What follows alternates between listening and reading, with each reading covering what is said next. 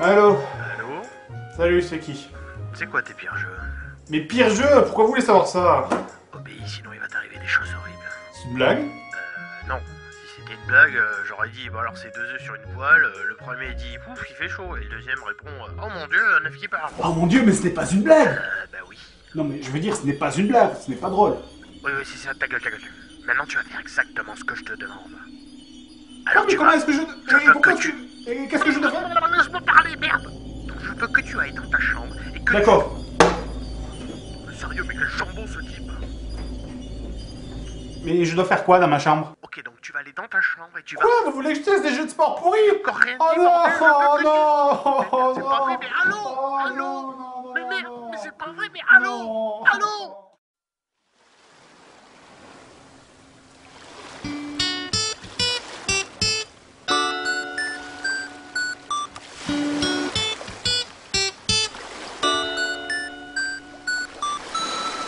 Un, deux, trois, quatre.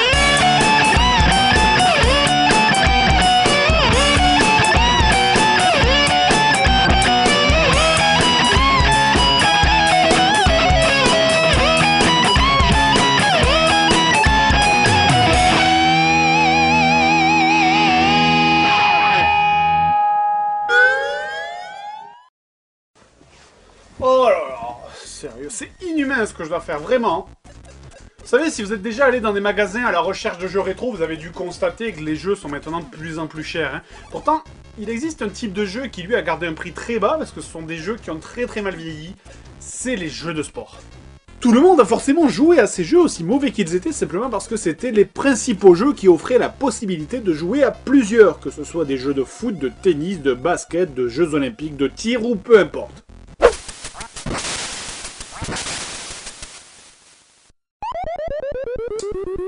Je hais ce putain de chien. Celui qui n'a jamais tiré dessus, c'est un menteur.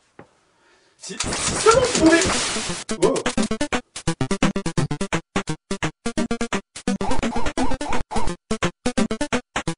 C'est un montage, il est impossible de tuer le chien dans Duck Hunt sur NES, pas la peine de me spammer pour me demander comment j'ai fait.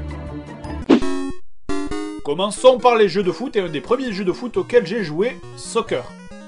Voilà, football, tout simplement. On peut pas faire plus court comme titre, hein, je veux dire, c'est comme si Call of Duty s'appelait Pan Pan Boom.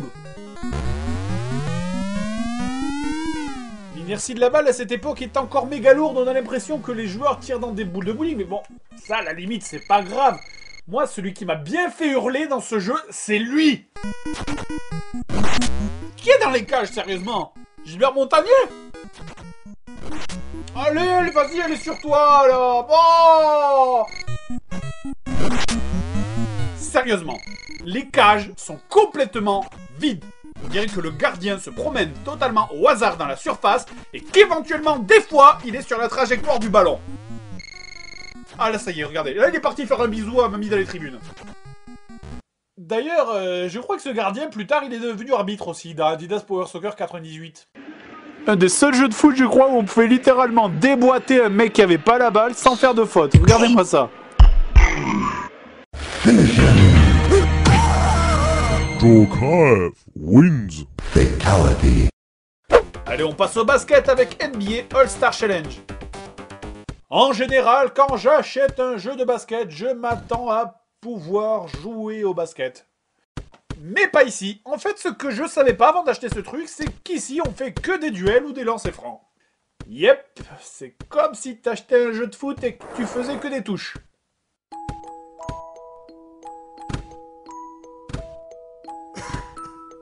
Même le public a l'air de crever d'ennui. Et puis bon, pourquoi est-ce que des gens viendraient voir un mec pour tirer des lancers francs? Enfin, je veux bien qu'on rajoute la possibilité de faire des duels ou des paniers en plus d'un jeu de basket normal, mais faire un jeu de basket uniquement basé sur ça? Et tant qu'on est dans le basket, parlons de White Man Can't Jump sur Jaguar. Alors la Jaguar, c'est déjà en soi une des plus grosses arnaques de l'histoire des jeux vidéo. Hein. Cette console qui est sortie en 93 a essayé de pénétrer le marché avec ses 64 bits et qui... La Jaguar se présentait comme la première console 64 bits, alors tout le monde se disait « Oh mon dieu, mais elle est 4 fois plus puissante que ma Mega Drive ou ma Super NES !» C'est trop génial! Même si je sais pas ce que c'est un beat, mais elle en a 4 fois plus! White Man Can't Jump utilise un espèce de mélange entre de la 3D et de la 2D en essayant de faire passer ça pour des graphismes révolutionnaires. Mais bon, comme dit ma mamie, mettre du caca dans une crêpe n'en fait pas du Nutella, et c'est pour ça que le résultat est horrible et injouable. Et là, vous pouvez me croire quand je vous dis que c'est totalement impossible d'évaluer les distances avec ces graphismes. Je comprends absolument rien à ce qui se passe à l'écran. Ce jeu est tellement mauvais qu'il aurait dû être interdit par l'église catholique, je vous jure. J'ai pas de mots pour le décrire. Les pixels sont anarchiques, les contrôles sont mauvais, la caméra est dégueulasse. Jouez à White Man Can't Jump et vous aurez le cancer, c'est tout. Mais évidemment, c'est pas ces jeux-là qui vous sont familiers. Quand on vous dit vieux jeux de sport, vous, c'est plutôt à ça que vous pensez. Summer Games, World Games, California Games, Track and Field. Et bien en fait, tous ces jeux viennent presque tous de la même société, Epix. C'est le genre de jeu qui est fait pour être joué avec des amis, mais où t'arrivais jamais au bout parce que tout le monde était gavé au bout de 30 minutes et inventait n'importe quoi pour rentrer chez lui. California Games, sorti en 1987 sur Master System et... Oh, je veux pas y jouer, j'aime pas les jeux de sport, je déteste le sport. Et puis... T'aimes pas le sport? Ça serait pas douté. Allez, on commence par le skate.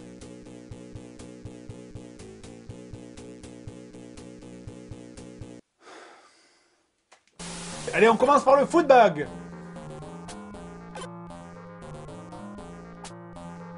Putain. Est-ce que c'est possible de faire un truc plus ennuyeux que ça?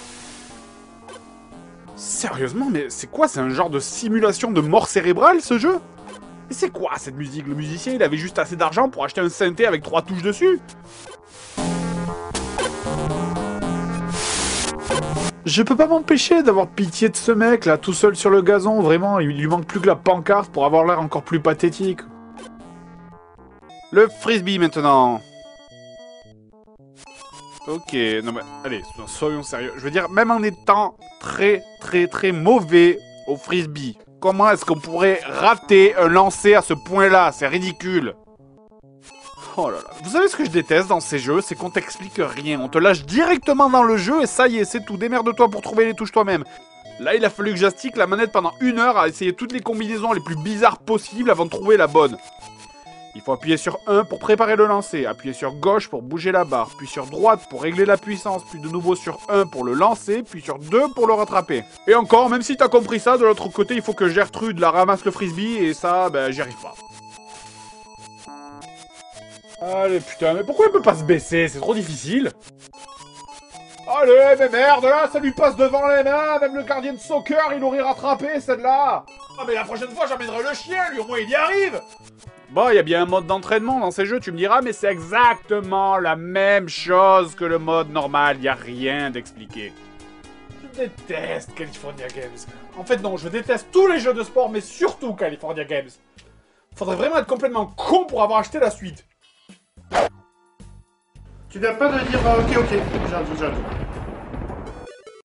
California Games 2 avec des mini-jeux comme pour le premier, le seul point positif de ce jeu, c'est la page d'intro. Oui,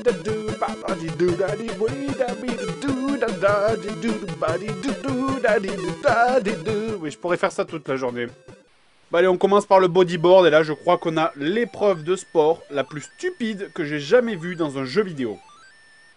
Le seul truc qu'il faut faire, c'est appuyer sur bas pour faire des ronds, et tu fais rien d'autre.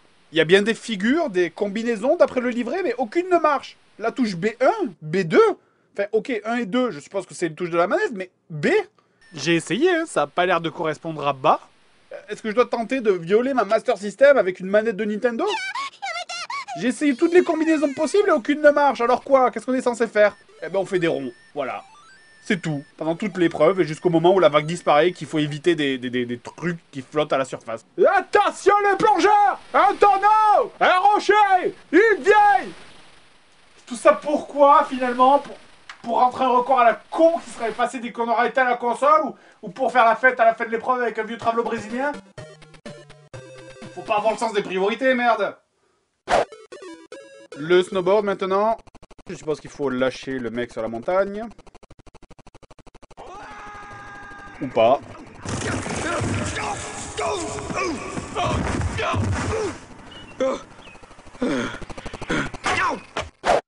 Ah, génial, encore un jeu d'obstacles à éviter. Allez, j'essaye même pas. Suivant. Le deltaplane.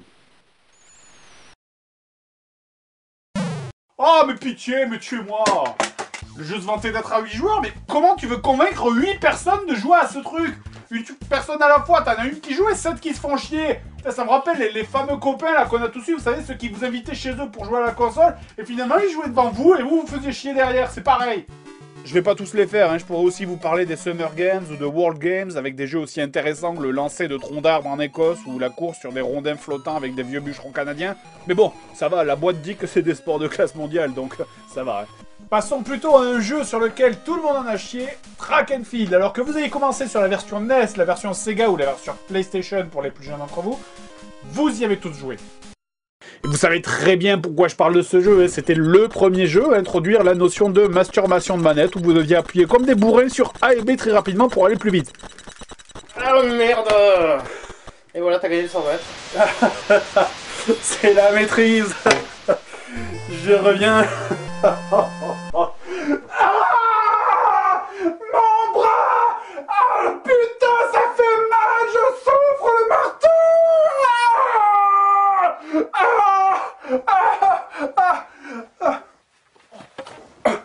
Continue. Ça te dirait de jouer à SimCity?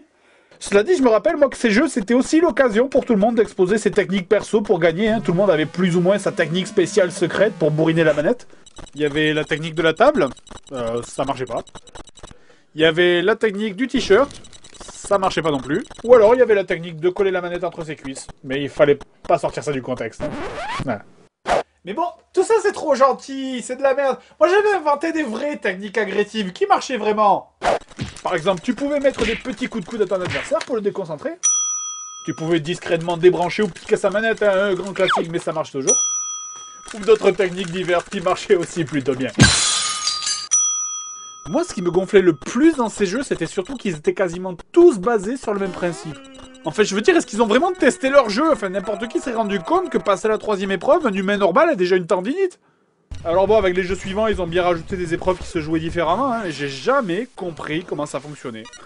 Le meilleur moyen de faire des points, là, c'était encore tout simplement de...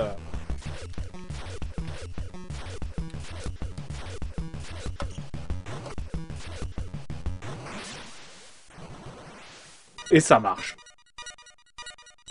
D'ailleurs, vous voulez savoir une autre qualité fantastique de ces jeux, c'est que quand tu fais un championnat, si tu réussis toutes tes épreuves mais que t'en rates une seule, c'est fini, game over, le jeu revient à l'écran titre et t'as plus qu'à recommencer du début. Et qui voudrait recommencer ce genre de jeu, enfin? Mais même dans le masochisme, il y a une part de plaisir, là, avec les jeux comme ça, c'est juste de la souffrance à l'état pur. Et je préfère accepter n'importe quoi plutôt que continuer ça.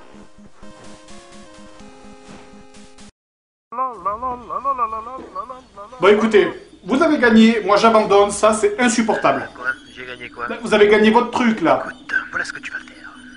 Non!